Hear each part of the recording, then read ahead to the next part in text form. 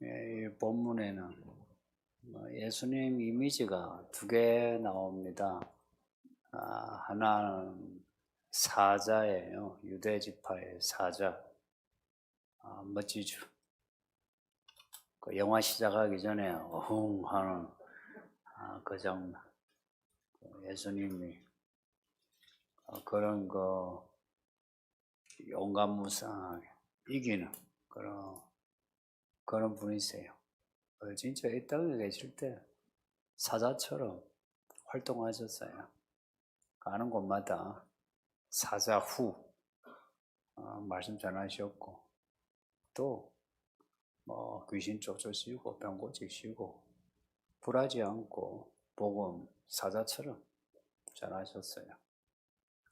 끝까지가 사자가 아니었고 이제 끝에는 어린 양의 모습입니다. 사자와 어린 양은 이미지가 반대되죠.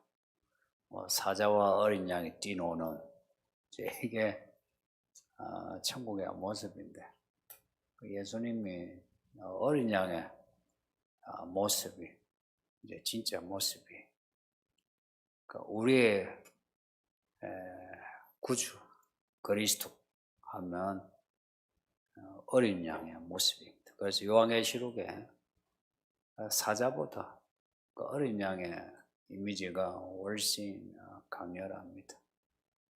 근데 반전이고 역전인데, 어린 양이신 예수님이 만왕의 왕이시고 만주의 주가 되신다. 이게 성경의 아이러니입니다. 사람들은 다 사자를 좋아하죠. 사자같이 어렁거리면서 사니까 어때요? 사는 게 더 힘들어요. 그런데 예수님을 따라 어린 양처럼 아버지 하나님께 순종하며, 때론 희생양처럼 그렇게 억울한 일 당하고 더 수고하고 더 돈 쓰고 잠도 덜 자고 이러면은 오히려 인생이 더 쉬워요. 어린 양처럼 하면 사자와 같은 걸 이기는 이야기 있는데, 사자로 일관을 하면 이기는 것 같은데 또 져요. 그래서 예수님의 그 이미지, 어린 양의 모습이 진짜 모습이다.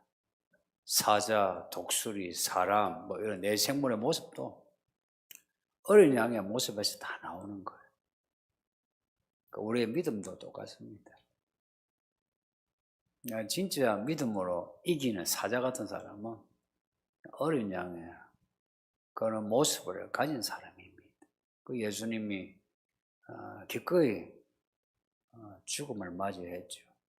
말이 쉽지 죽는 거는 무서운 거예요. 네, 그걸 도살장에 끌려가는 어린 양처럼 끌려가신 거죠. 그리고 죽으시고 그 죽는 과정, 그 고통도 달게 받으시고, 여기에 진짜 예수님의 승리가 있더라. 이 비밀을 알면 정말 믿음으로 이기는 자가 되는데, 이게 머리로 알 것 같은데 살아보면 알 길이 없어요. 그러니까 머리로 안다는 것은, 이론은 이제 알고 있어요. 서론, 본론, 결론. 결론은 이렇게 하면은 이긴다 하는데, 이제 본론에 들어가면 우리가 가지고 있는 믿음의 이론들이 다 해체돼 버려요. 해체돼 가지고 사실 어떻게 해야 될 줄도 몰라요. 다른 사람 훈수는 잘 뚫을 수 있어요. 근데 정작 자신이 당한 일에 대해서는 어떻게 할 줄을 몰라요. 근데 예수님은 자신이 그 죽임을 당할 때조차 그 모든 상황을 다 인지하고 계신 거야. 이게 어떤 상황이다. 아셨던 거라. 그게 무슨 말이냐면, 성경 이야기 전체에서 혹은 하나님의 말씀 전체에서 자신의 그 죽음 혹은 죽는 그 과정이 어떤 의미가 있는지 그리고 어떤 과정인지를 예수님은 확실하게 하셨던 것 같아요. 확실하게. 그래서 그 죽으시는 과정에서도 몇 마디 하신 말씀은 그 성경을 이루려 하심이라 이렇게 설명을 해놨어요. 그 예수님은 자기의 죽음의 과정을 확실히 아시고 그 성경에 예정되고 작정된 그 이야기를 스스로 달게 받으셨을 뿐만 아니라 적극적으로 이루셨어요. 이게 뭐 잘 먹고 잘 살고 복 받아가지고 하나님의 복 주셨다 하는 그런 이야기 몰라. 그게 아니고 자기가 죽는 이야기예요. 자기가 죽는 이야기인데 달게 받으셨을 뿐만 아니라 적극적으로 그 이야기를 완성하셨다는 게 정말 놀라운 거예요. 그 모습이 어린 양의 모습입니다. 그 어린 양의 모습이 있을 때에 유대지파의 사자 다윗의 뿌리가 되지 그 어린 양의 모습이 없이 유대지파의 사자 다윗의 뿌리 이게 있을 수 없는 거예요. 그러니까 예수님이 이제 그러시다면 우리도 똑같죠. 우리가 이 집안의 믿음의 뿌리, 믿음의 사자 이기는 사람이 되려면 이런 예수님의 모습을 닮아가야 하는 거죠.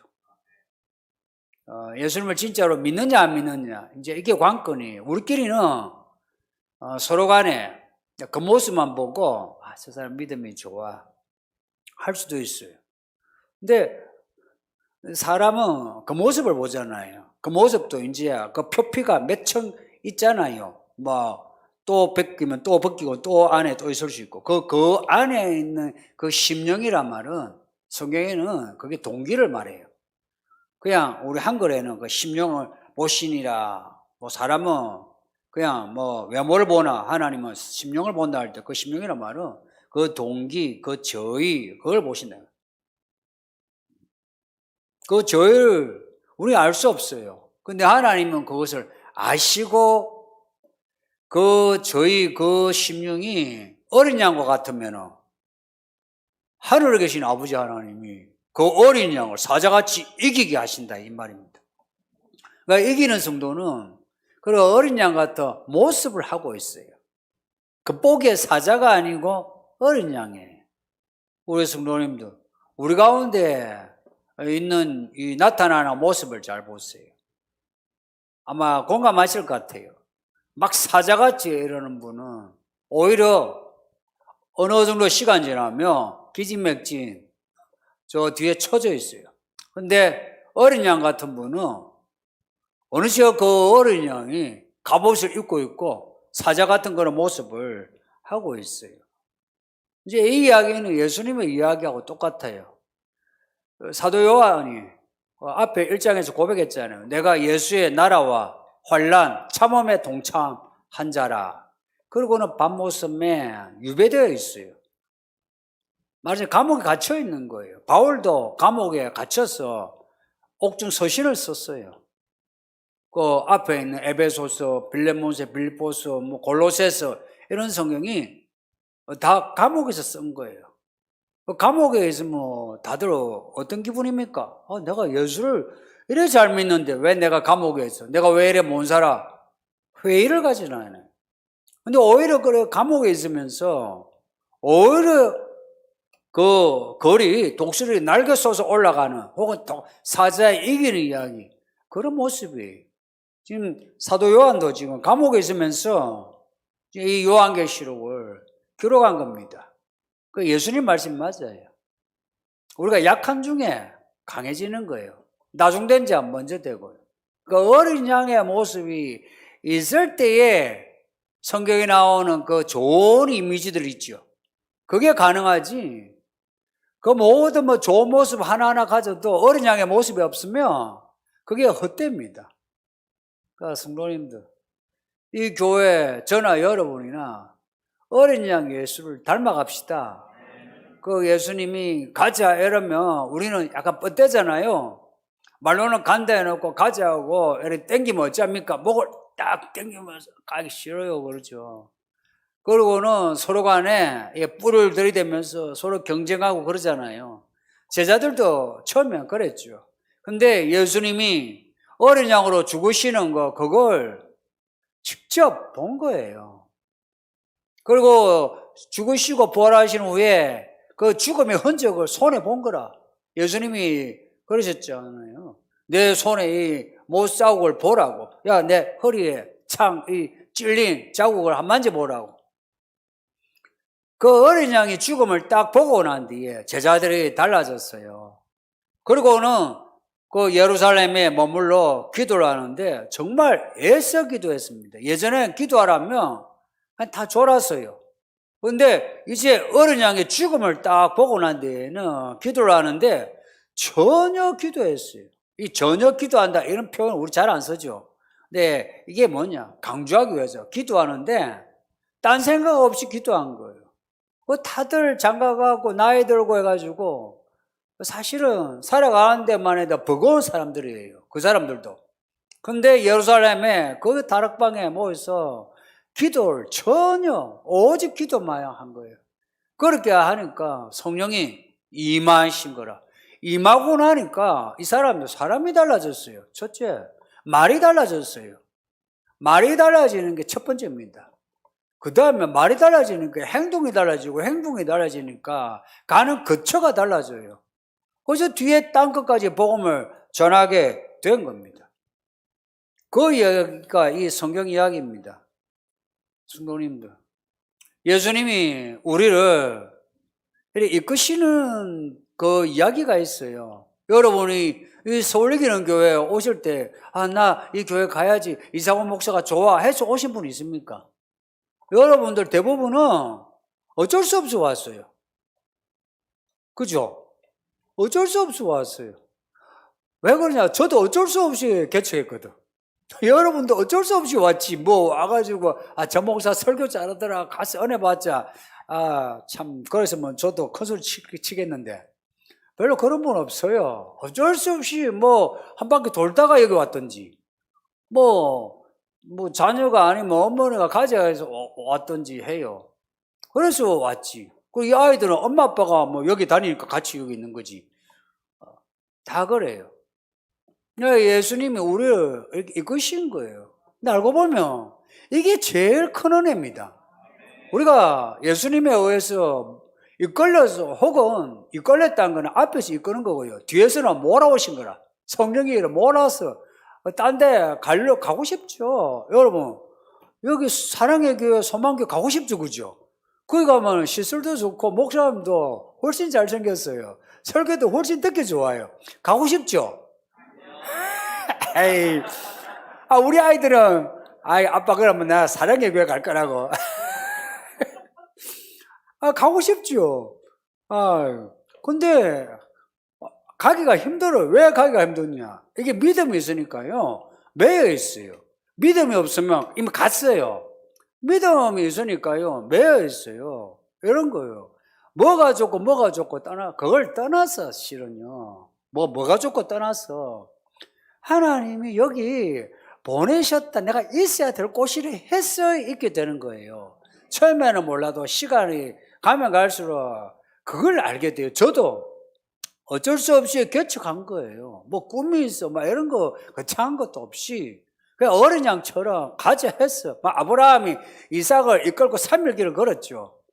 그래서 저도 이끌려서 오다 하니까 여기 서울이기는 교회 오다 하니까 예배당도 여기 지하 3층 이래 있는 거지.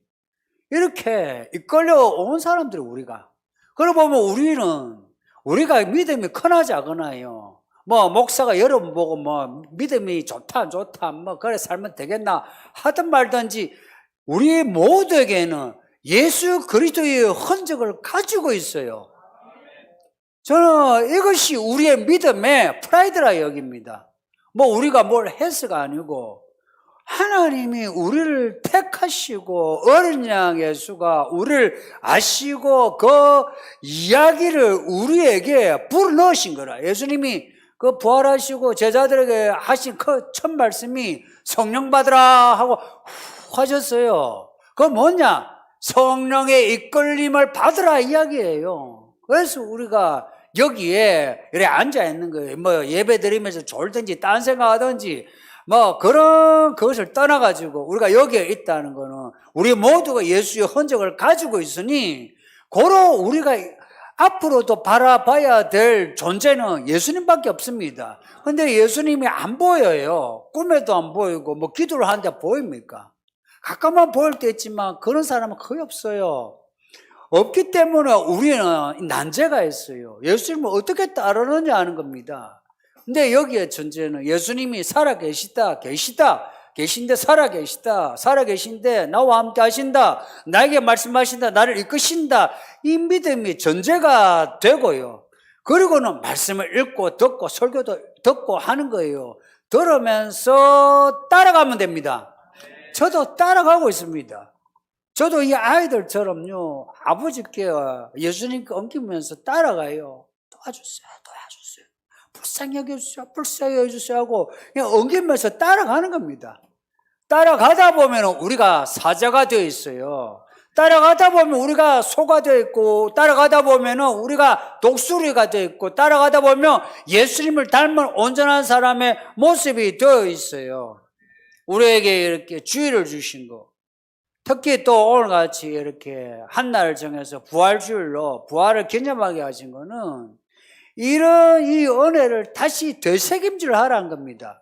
알고 있죠. 사실 제가 설교를 안 해도 여러분 누구 한 사람 여기 한 두세 사람만 세워가지고 그냥 마이크 잡고 말씀해 보세요 하면 아마 저보다 더 은혜로운 말씀을 전할 수 있어요. 여러분 대부분이 그런 믿음이에요. 근데 그럼에도 이렇게 말씀을 또 듣고 또 듣는 이유는 되새김질하는 거예요. 되새김질하는 이유는 이 죽음과 부활의 어린 양의 이야기를 우리 삶에 소화를 해야 되는 거예요. 아는 건 쉬워요. 그런데 살아가는 게 쉽지 않으니까 이걸 소화하는데요, 되새김질이 필요해요. 그런데 어떤 사람은 되새김질을 하는 게 아니고 토해버려요. 아이고 감당을 못하니까 토해버려요. 그러면은 토해버리면 이게 더러운 것이 돼요. 그래서 사실 많은 교회가 더러운 모습이 많아요. 근데 이것을 토해내지 말고 그것을 되새김질 해야 돼요.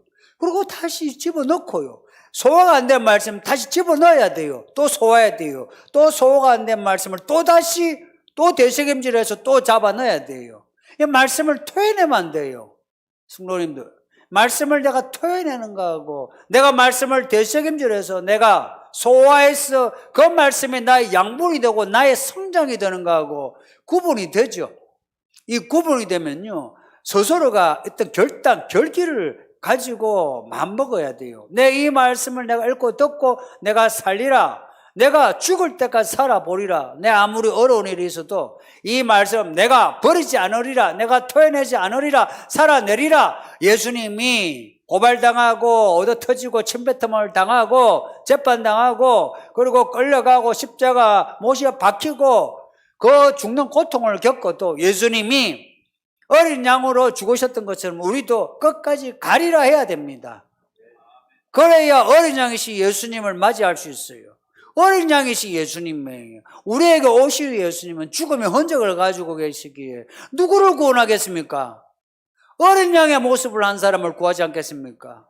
여기에 목사든 세신자든 어른이든 아이든 어린 양의 모습으로 알겠습니다, 아버지 하나님, 제가 순종하겠습니다 한 사람을, 그래, 너가 나의 자녀다, 넌 나의 종이다 하고 인을 지시고 구원하시지. 이 서울기는 교회 성도들은 다 어린 양 예수님을 끝까지 따라가는 성도들이 됩시다. 그래서 만일 믿음으로 사는 게 많이 힘들고 불편하면 예수님이 가르쳐 주신 대로 예수님하고 이름을 부르세요. 예수 그 이름에는 구원의 권세가 있어요. 예수님 도와주세요, 구원해 주세요, 구원해 주세요. 그렇지요. 그러면 어린 양이신 예수님이 그 죽음과 부활의 그 권세를 가지고 우리를 딱하니 보호해 주십니다. 귀신이고 막 악한 일이고 이것을 그냥 딱 떠나가게 하고 불칼로 딱 지켜주시면 우리는 약해도 예수님이 딱 지켜주시면 안전빵입니다. 그리고 내가 가고자 하면요, 예수님이 앞장서서 다 길을 열어라, 길 열어라, 시온의 대로가 열려요. 그리고 가게 됩니다. 이게 뜬구름 같은 소리가 아니고요, 신화가 아니고 우리의 현실이 되게 하는 게 우리의 과제입니다. 이 과제 우리가 살아서 과제를 해냅시다. 예, 이 질문 보겠습니다.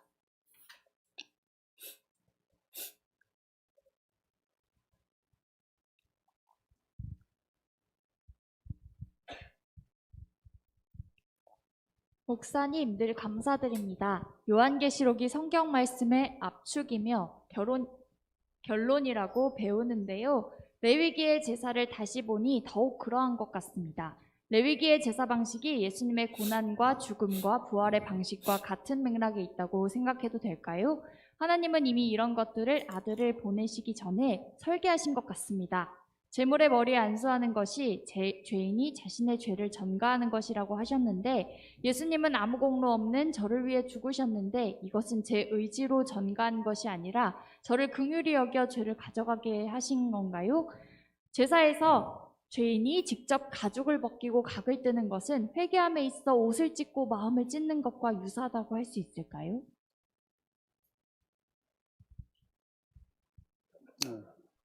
질문을 잘 해주셨어요. 그 말씀을 잘 배우시고 질문을 해주셨어요. 전체를 다 보게 해줘요. 제가 보고 말씀을 드려요. 예, 됐어요. 네, 1번에 맞아요. 하나님이 다 설계하셨어요.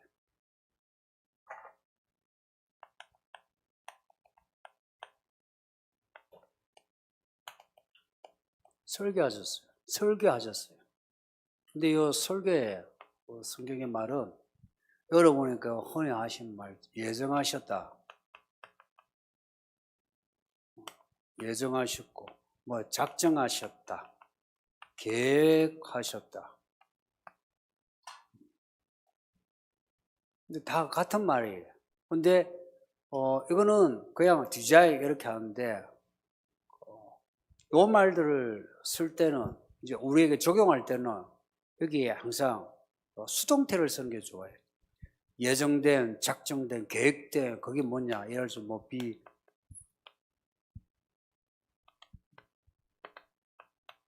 데스틴 맞죠? 프리데스틴.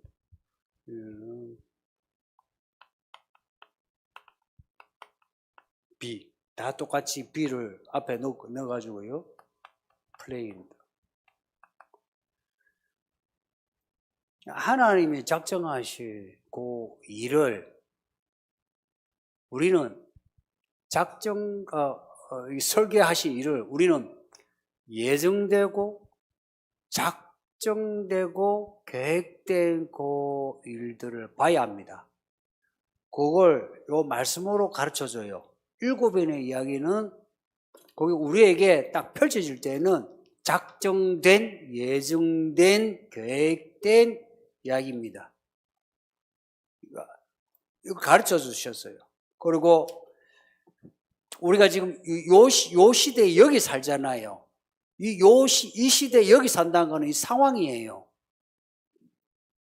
요 상황에서 하나님의 계획을 알려면은 하나님이 사실 요 세 가지 단어는 다 의미가 달라요. 다르지만은 통으로 그냥 이야기하면 돼요. 그냥 예정이나 작정이나 계획이나 같은 말로 그냥 하나님이 계획하신 그것이 우리에게 드러난 그것이 예수님에게서 나타났고요. 우리에게서도 똑같이 나타났어요. 똑같이 예수님의 그 죽음과 예수님의 부활을 레위기만이 아니고 출애굽뿐만 아니라 창세기만이 아니라 뒤에 요수아만이 아니라 뒤에 나오는 역사서 혹은 선지서 시편 같은 데도 이미 전부 다가 설계되어 있습니다. 이게 놀라운 게 옛날 구약의 과거 이야기예요. 과거 이야기인데 이 이야기가 하나님의 이야기로 이미 설계돼 가지고 거기에 있는 이야기 속에 있는 사람들은 설계되고 작정되고 예정된 상황 속에서 살아간 거예요. 지금 21세기의 지금의 상황은 하나님이 설계하신 그 일대로, 설계하신 대로 작정되고 예정되고 계획된 가운데 이 코로나가 터지고 그 전에 양차 대전이 터지고 근대화가 일어나고 르네상스가 일어나고 중세에 지나고 그 전에 초대교회가 있었고 그렇게 된 거예요. 예수님이 그 상황 속에서 어떻게 어린 양으로 사셨나 할 때에 예수님의 교과서는 성경이었어요. 예수님이 어떻게 어린 양으로 자기의 길을 가셨는지 그 이야기가 제일 처음 나오는 것이 광야 시험이에요. 마귀가 시험할 때 예수님이 내가 예수니까 예수 이름으로 명하노니 마귀야 물러가라 이러셨나요? 아니고요. 성경을 펼쳤어요.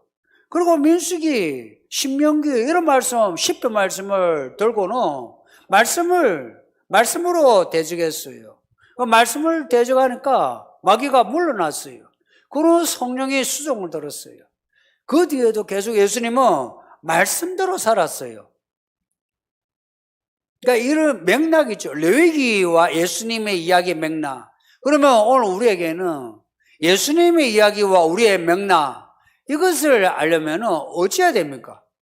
예수님이 우리에게 말씀하신 거 있죠. 그 말씀 안에는 하나님의 설계가 다 들어가 있어요. 복음서에 예수님이 하신 말씀이 우리의 이 시대를 향한 하나님의 계획이에요. 그 계획이 우리에게 예정되고 작정되고 계획되고 일들을 우리가 지금 맞이하고 있는데 그것을 우리가 어떻게 아느냐? 어린 양으로 내가 엎드려 순종할 때에 작정하신 게 보이고 예정하신 게 보이고 그래요.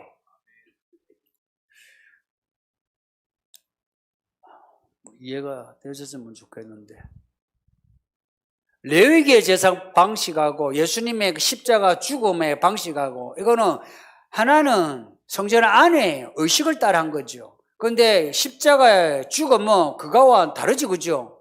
완전히 방식이 다르죠. 다른데 성경은 레위기의 제사의 완성이 십자가 죽음으로 이야기하죠. 그러면 예수님의 십자가 죽음과 부활이 오늘 우리에게 우리의 믿음 생활에서 우리가 예수를 따라간다라고 한다면은 예수님의 그 말씀을 오늘 우리에게 어떻게 적용할 수 있을 것 같아요? 우리가 예루살렘에 사는 것도 아니고 1세기 사람도 아닌데 레위기의 방식을 예수님은 1세기 때에 자신의 십자가 죽음으로 적용했어요. 순종했어요. 그러면 우리가 오늘 순종할 때 1세기 사람도 아니고 예루살렘에 사는 것도 아닌데 21세기 이 한국에 살면서 이 말씀을 어떻게 순종할 수 있겠어요? 어떻게 내가 그러면 순응할 수 있겠어요? 순응할 수 있겠어요? 따라갈 수 있겠어요? 그래서 사람들이 어떻게 따라가야 할지를 몰라요. 예배는 드리죠. 예배 끝나면 끝이에요. 일상에서 어떻게 살아야 할지 몰라요. 부부생활, 여기에 부부 혹은 부모 자식 간에 어떻게 부부 사랑하는지 압니까? 행복해요? 부모 자식 간에 어떻게 관계 괜찮아요? 이게 과제예요. 처음에 내 품 안에 자식이 있을 때는 내가 아이고 내 새끼하고 뭐 내 시킨 대로 하죠. 입 벌리고 먹여주고 그러죠. 그러니까 입 벌리하니까 입 벌리대요? 안 벌려요.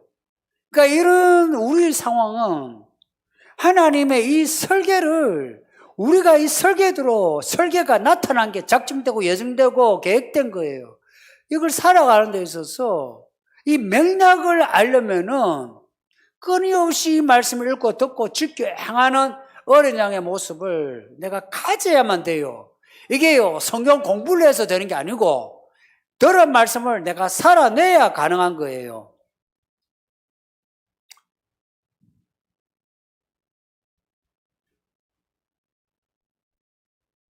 이번 문제 같으면 내 죄를 재물에게 전가하는 건데 예수님은 아무 공로면 우리를 위해 죽으셨어요. 근데 예수님이 세상을 이처럼 사랑하셔 그렇게 죽임을 당했습니다. 그러면 예수님이 우리를 위해 죽임을 당했대 했어. 그럼 이 세상 사람이 다 구원받나요? 아니에요. 세상을 이처럼 사랑하셔 주고 죽임을 당하셨으나 예수 믿는 사람만 구원받아요. 이 안수는 지금 우리에게 적용하면 믿음이에요. 그 안수할 때 그냥 안수하는 게 아니고 진짜 내 죄가 이 재물에게 전가된다 하는 거 알아요. 전가되고 알고 내 죄를 내가 고백을 해요. 그리고 이 죽이는데 그 재물을 죽일 때 무슨 마음입니까? 내 죄가 얼마나 크면은 이렇게 내가 피 터지도록 내가 이 죽여야 하나?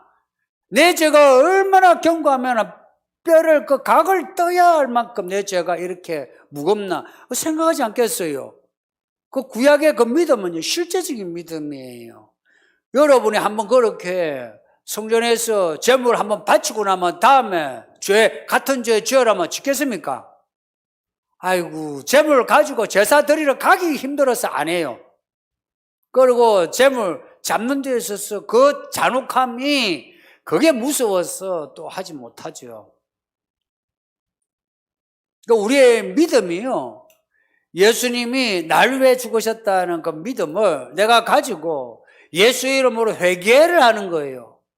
회개를 하고 예수님이 하신 그 말씀을 내가 받아들이죠. 그 사람만 구원받아요.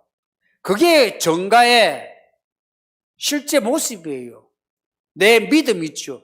내 죄를 내가 고백하고 예수님이 날 위해 죽으신 걸 알고 그 말씀을 내가 살아낼 때에 그 의가 내게 전가되는 거예요. 그래서 믿음이 진짜 믿음으로 구원받는다는 게 맞아요. 옛날에는 그 안수함으로 죄가 전가되어 죄물로 죽을 때 내가 구원받는데 지금은 예수 이 말씀을 내가 믿음으로 예수님이 날 위해 죽으신 걸 믿음으로 내가 전가되고 예수님의 그 의가 내게 또 전가되는 거예요.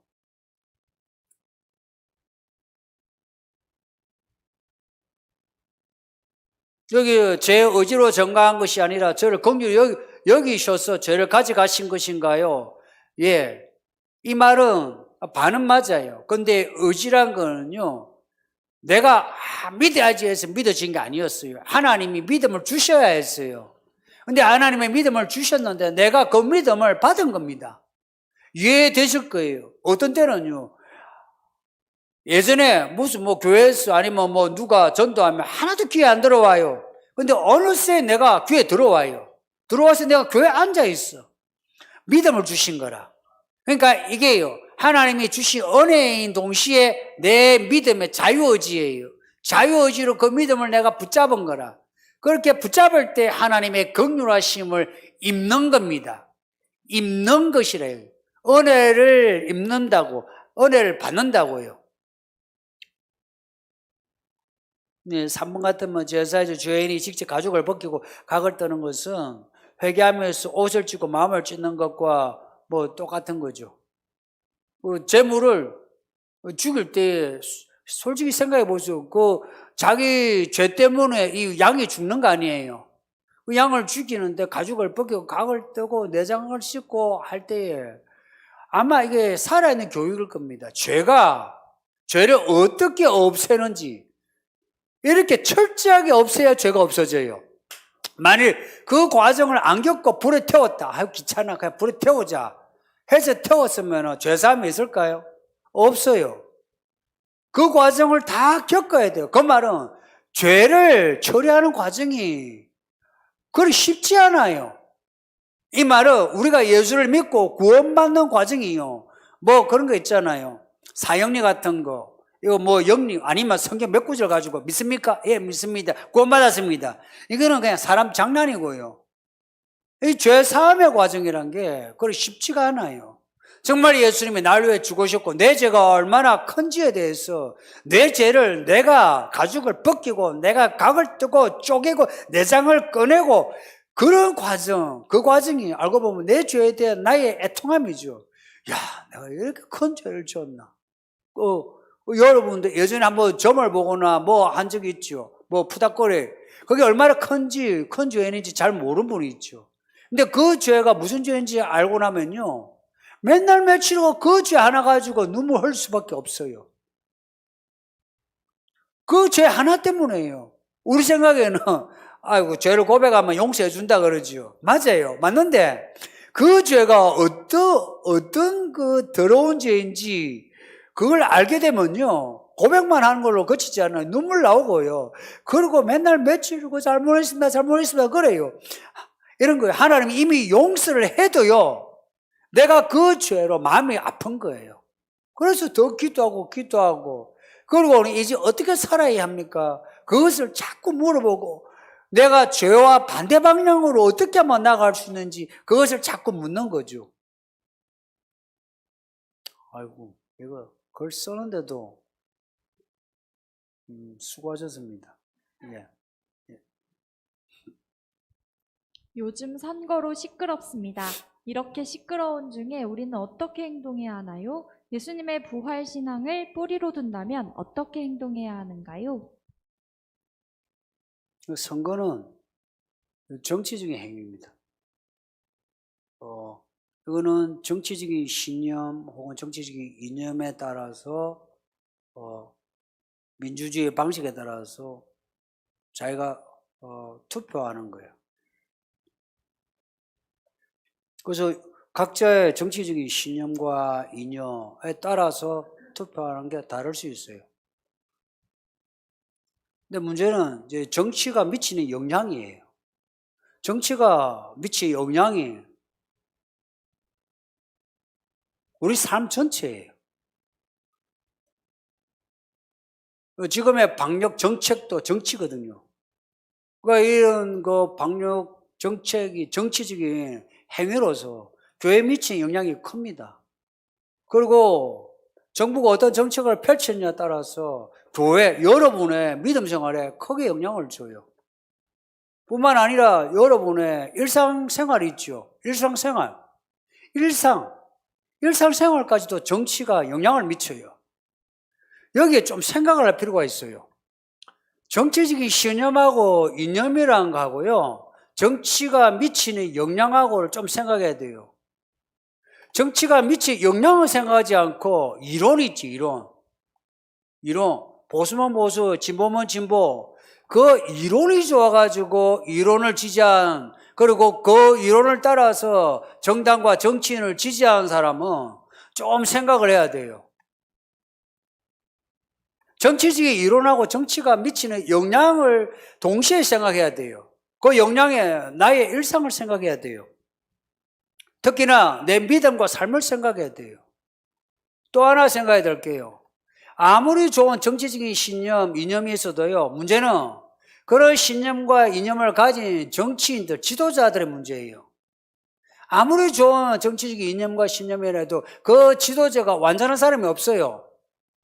공산주의가 처음 생길 때에 그 이론, 그 신념의 지식인이 다 혹했어요. 근데 지금은 어때요? 그러면 그 지식, 그 이념에 그때나 지금 큰 문제가 있냐? 사실 그렇지 않아요. 그 자체 좋은 게 많아요. 좋은데 사람이 그 정치적인 신념으로 정부를 구성하고 권력을 휘두를 때에 그 사람들이 온전하지 않으니까 그 정치적인 신념과 이념이 다 그냥 무너지는 거예요. 무너지면서 그 좋은 정치적인 이념과 신념에 의해서 이 서민 한 사람 한 사람의 인생이 무너지는 거예요. 가정이 무너지고 깨지고. 그게 지금 사회주의, 공산주의 아니에요.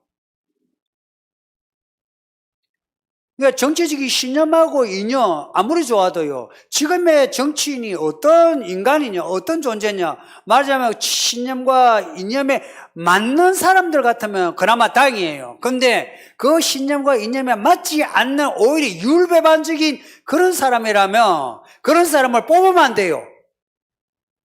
왜냐하면 이런 거예요.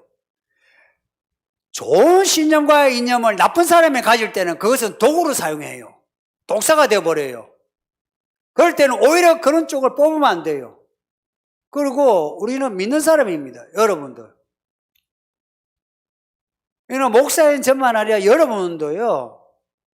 믿음과 삶에 있어서 믿음이요. 여러분 삶에 있어서 몇 번째 있습니까? 하나님이 몇 번째 있습니까?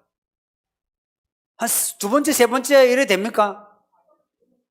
아니면 하나님의 나라가 몇 번째 있습니까? 이걸 확실해야 돼요. 저는 저의 나름의 신념과 정치적 신념과 이념이 있어요. 그런데 그건 그거고요. 하나님의 나라와 하나님이 우선이에요. 하나님의 나라와 하나님의 의가 우선이며 내 정치적인 신념과 이념은 뒤로 물러가요. 물러가고 나의 이 믿음의 삶, 교회 그리고 하나님의 나라에 미치는 영향을 생각해요.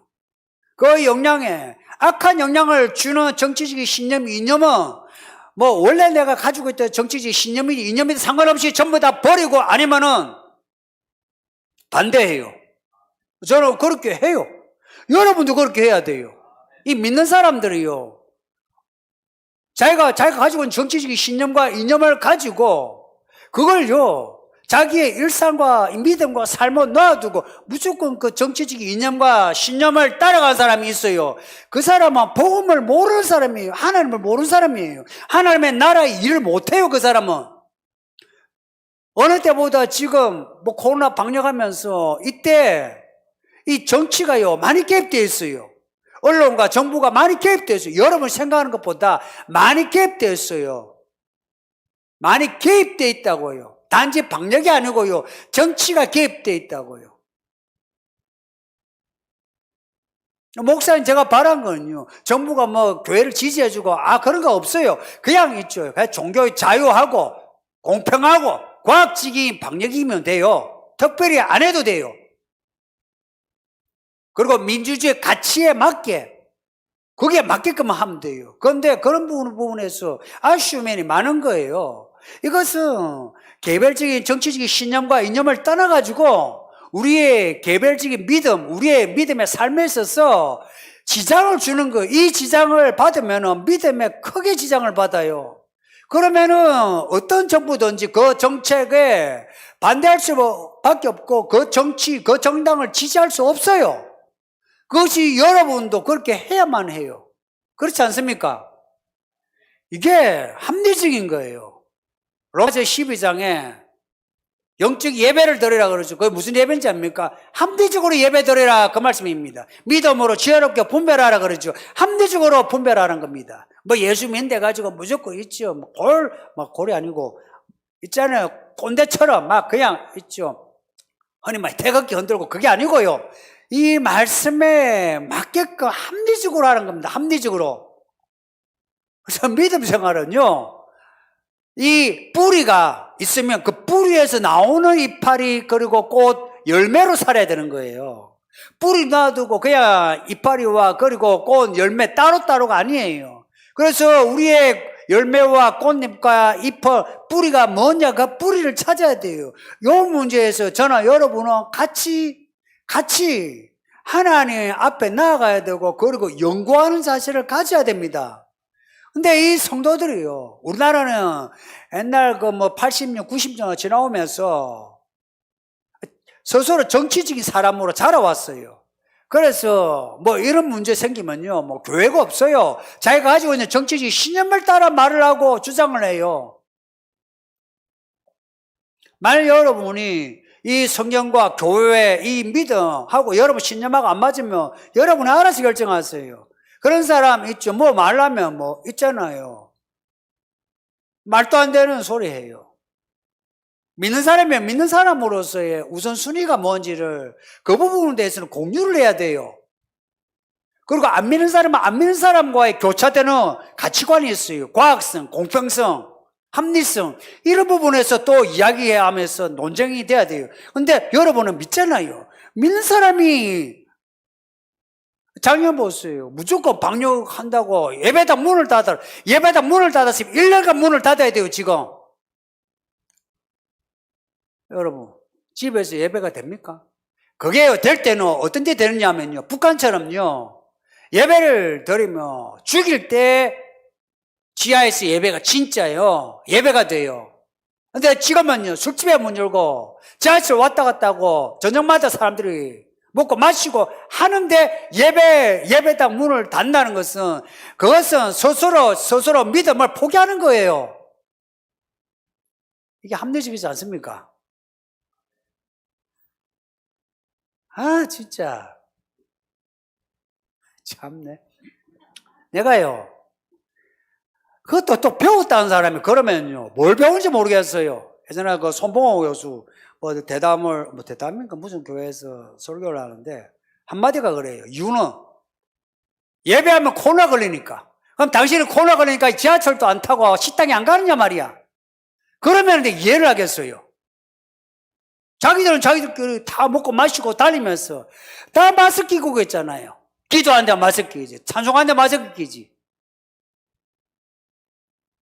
그런데 예배당에서 못하게 한다. 바깥에서 다 하면 안 되는 그런 셧다운 문을 다 락 했으면, 걸었으면 몰라도 온 사회가 걸었으면 어쩔 수 없어요. 그런데 그게 아닌데 이게 합리적이지도 않고 공평하지도 않고 과학적이지도 않고 대체 뭔지.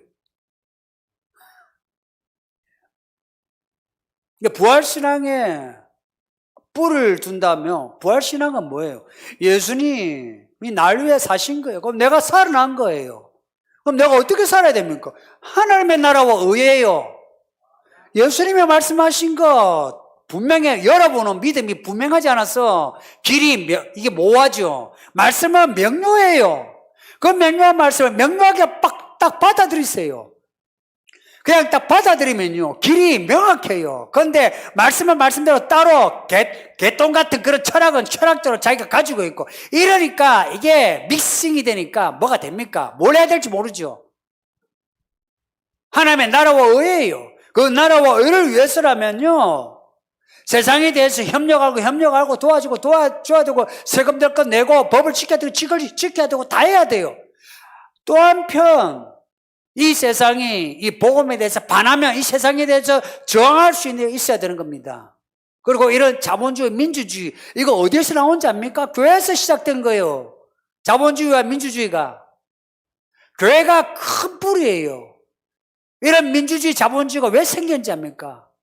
복음 전하라고 생긴 겁니다. 역사 잘 보세요. 자본주의, 민주주의가 확장되면서 복음이 전파되었고 곳곳에 교회가 세워졌어요. 우리나라도 자본주의, 민주주의가 생기면서부터 성장하면서 교회도 자랐습니다. 이럴 때 민주주의, 자본주의 시대에 자본주의 활동 잘하세요. 돈 잘 버시라고요. 그리고 민주주의 표 관리 잘하세요. 표 그냥 함부로 하지 마시고 투표는 모든 투표하세요. 믿는 사람은 모든 투표 다 해야 돼요. 다 하면서 여러분의 믿음의 양심에 따라서 뭘 해야 될지 여러분이 말씀에 따라 결정을 하세요. 이미 제가요, 이미 방향을 정해주고 있어요. 거기에 따라서 여러분 믿음의 양심에 따라 하는 겁니다. 이 민주주의 사회에서 있죠? 민주주의라는 거는 우리만 민주주의가 바깥에도 민주주의 법이 있어요. 목사가 여러분 보고 좌우를 정해줄 수 없어요. 좌우를 정해주는 게 아니에요. 그냥 좌우가 아니고요, 목적지를 가르쳐 주는 거예요. 저기가 우리가 가야 할 때입니다. 어디로 가면 빠를까요? 저기가 우리 가야 할 때입니다. 여러분 어디로 가야 될까요? 저기가 목적지예요. 저 어디에 시계가요? 이 사람, 이분은 이쪽에 있어요. 저 먼데 있어요. 저기 보세요. 저기 어디로 가야 될까요? 그러면은 보게 되죠. 이쪽에 있는 분은 우측에 있어요. 이분은 저 시계 한번 보세요. 어디로 가야 될까요? 저쪽 한번 가면 돼요. 이쪽에 있는 분 어디로 가야 될까요? 한번 하면 돼요. 그 방향이 이분은 딱 이렇게 돼요. 근데 이분은 이렇게 돼요. 저분은 이렇게 돼요. 그러면 저기를 향해 가세요 하고 가면 돼요. 어렵지 않아요. 저 목적지를 향해서 가는 거예요. 목사가 해주는 거는요, 목적지를 정해주는 거예요. 그리고 how to 이런 어떻게라는 문제에서요, 좀 더 목적지와 가까운 부분을 이야기해 주는 거예요. 왜 그랬냐? 각자의 상황이 달라요. 각자의 상황에서 각자가 알아내야 돼요. 각자가. 그게 우리 모두가 가지고 있는 숙제입니다. 그 숙제는 자기가 감당해야지 아버지, 어머니가, 목사가 감당하지 못해요. 여러분이 감당해야 돼요. 네, 넘어갑시다. 네. 제가 기도가 맞출게. 제가 기도가 맞출게.